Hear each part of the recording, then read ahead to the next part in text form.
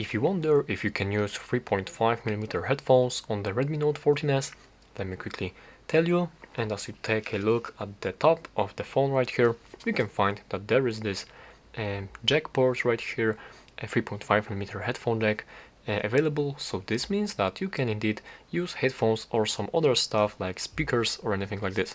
So right here we have this jack port, this headphone port.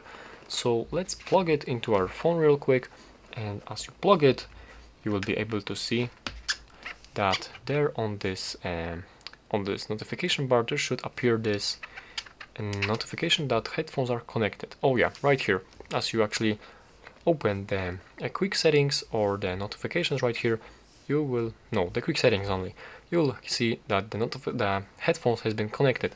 And now as you play anything, or like for example change the volume, you will change the volume of the audio played on your headphones.